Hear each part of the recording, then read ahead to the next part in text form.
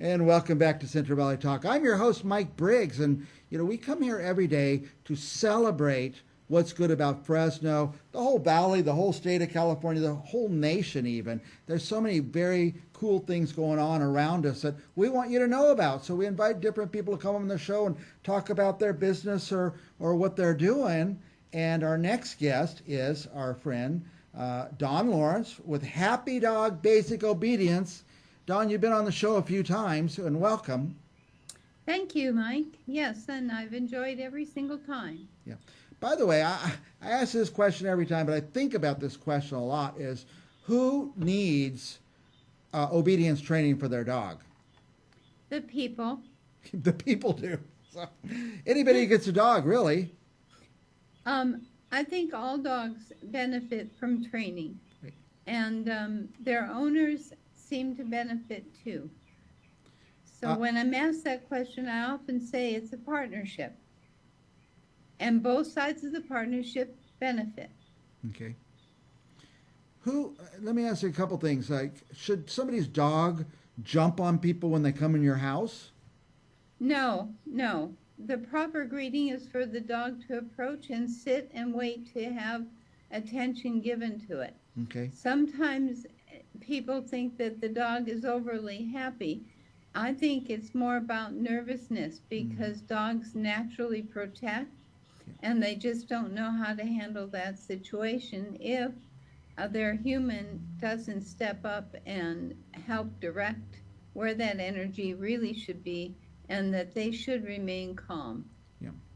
Now, and is that one of the things that you would cover in your class? It is. Yes. And here's another thing I see a lot of times is people walking their dog and people's arms are out, stretched out. The dog's kind of pulling them.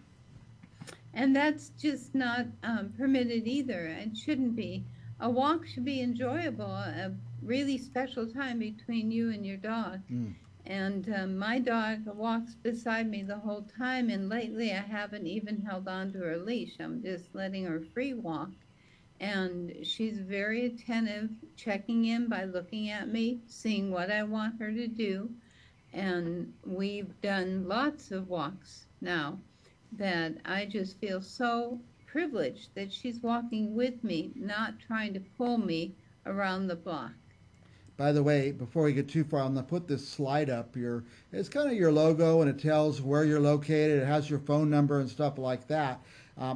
For our viewers, I'm going to put this up at the end and leave it up for a couple minutes so you could write it down. But this is how you like.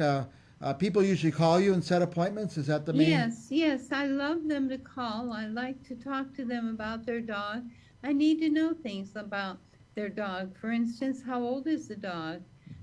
What has it had as far as training in the past? Is there something specific they want the dog to learn? Many people want their dog to learn a very specific task, which I can help them do, but I have to know what it is first. Yeah. And you don't mean tricks, right? Well, not necessarily tricks. For instance, my dog is trained to help me stand up if I fall down. Oh, nice. Okay. And that's one of the reasons that I'm able to still walk is because when she walks with me, I don't have to be afraid that I'll fall down and not have a way of letting someone know I'm in trouble.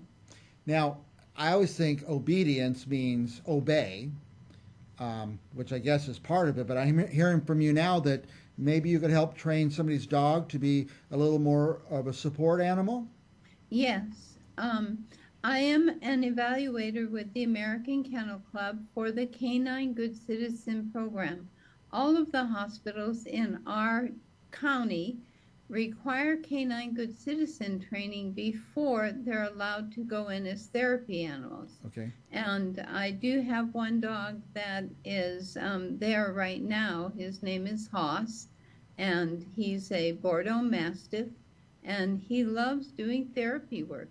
He goes in, and the children especially love him. Interesting. Now, is all your training done at the dog's home, or is some of it done at your home, at the dog's home? Yes. I have you come in for a meet and greet, which allows me to get to know you and your dog off of your dog's territory. Out of his territory, yeah. And so I can get to know a little more about how your dog reacts to stress, how your dog reacts to strangers, and that helps me as a trainer know what kind of training I'm going to use when I go to the house to do all of the lessons. I am a private in-home trainer, so I contract with you. Usually people, I do have packages similar to places around town where you go as a class, but I don't have a facility, so I go to your home and teach you and your dog. Now, do you ever have a dog that is out of control? You go to the people's house and say, hey, I need to take this dog and have a little talk with him when you're not looking, or is it always with the owner? No, always with the owner. Always with the owner. And if you have children, I work with a lot of children training their dogs too. And if there are children, I require, and I think the state requires it too, that someone over the age of 18 is always present when a child is in training. And that's not just for my safety, that's for theirs. Do people ever, I guess it's always between you and the dog owner, does anybody ever buy a gift certificate from you to give to somebody? Hey, I bought you some dog training lessons. Yes, usually right around the holidays, we'll get calls asking if we can do a gift certificate up, and we make it good for a year when we send it out.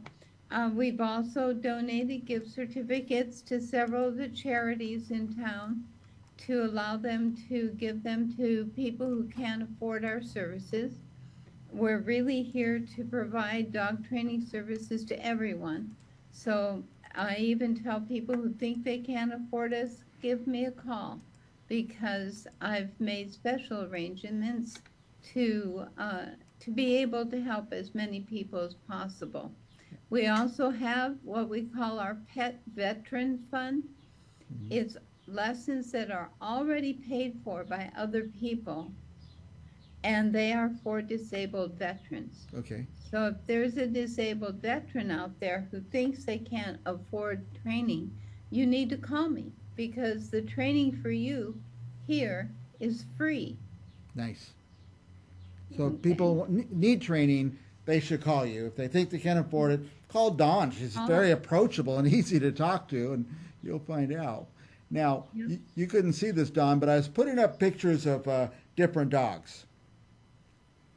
And, and on those pictures that I sent in, there's 4 of them.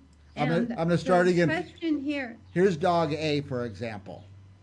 Well, is this dog a rescue, or is this dog been produced to go into a home?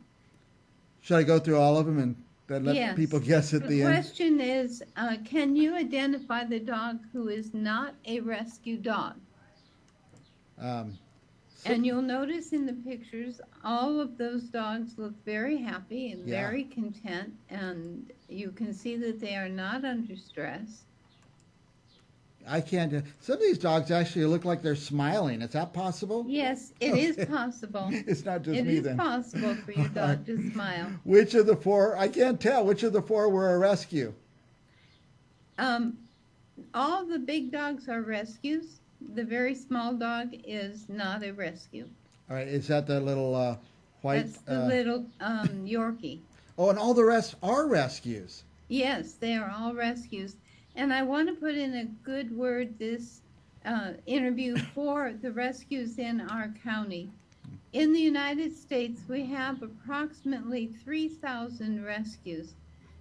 Those 3,000 are located in California. I mean, across the United States, we have thousands and thousands. But here in California, we have approximately 3,000. Here in Fresno, we have approximately 25 who are super active about rescuing dogs and finding them a good home. And many of them are no-kill shelters. So they take the dog, and if they can't adopt it out, the dog is not killed. It is kept there until they can adopt it out. Till they can find a happy home. Now, I think what you're saying after looking at those dogs, and I said they're smiling, a rescue dog could be a happy dog and a well-behaved dog. And a well-behaved dog and easily trained. I would say 90% of all of my training with dogs is done with rescue dogs. Nice. And rescue dogs exude an attitude of gratitude. They know that they've been rescued. They know that they need to work and they love to work. And so what I feel like the funnest part of my job is I get to go and help that dog tell its human exactly what it wants to do. Okay, very nice. So people, don't be afraid to get a rescue. They're healthy, they're happy, they're trainable. And if it's a little wild or a little out of sorts or doing things you don't think it should be doing, Dawn Lawrence will help you. Call. Yeah, just give me a call. I might have asked you this, but my last dog, and by the way, I don't have a dog because I don't feel I'm able to take care of a dog right now. Is that okay? Yes, absolutely. People pressure me.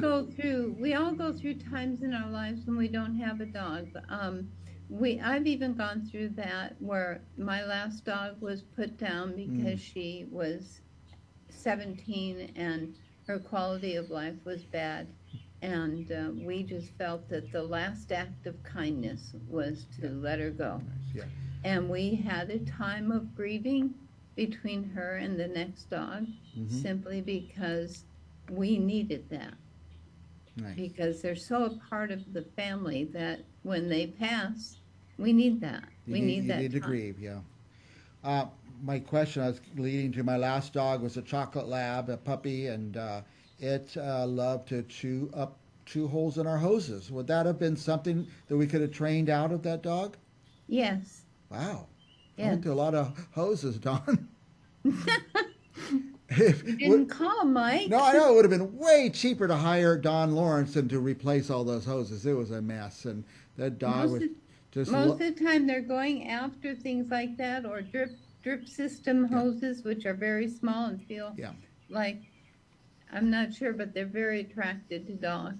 Huh, I'll be darned. Yeah, my dog, I fed hoses. My squirrels ate the drip. That was their food, I guess. They love those drip lights. Anyway, Dawn, I love to talk to you. I could go for hours, but they're saying, Mike, we're over time. What else do you want our viewers to know before we go? I just want them to know that if they're looking to get a dog and get training, go see the rescues first before getting from someplace else. And then once you get the dog, call me. Call Dawn Lawrence, you guys. Call me. For our viewers, Dawn, or for you and for our viewers, I'm going to close out, and I'm just going to leave this slide on the screen for a bit. It says Happy Dog Basic Obedience, 1968 North Gateway Boulevard, Fresno, California, 93727. But just call, don't just show up over there. Just call Dawn Lawrence at 559-369-6466. Thanks so much for being on the show, Dawn. No problem. You take care, Mike. Bye-bye. Right. And we'll be back with more Central Valley Talk right after this.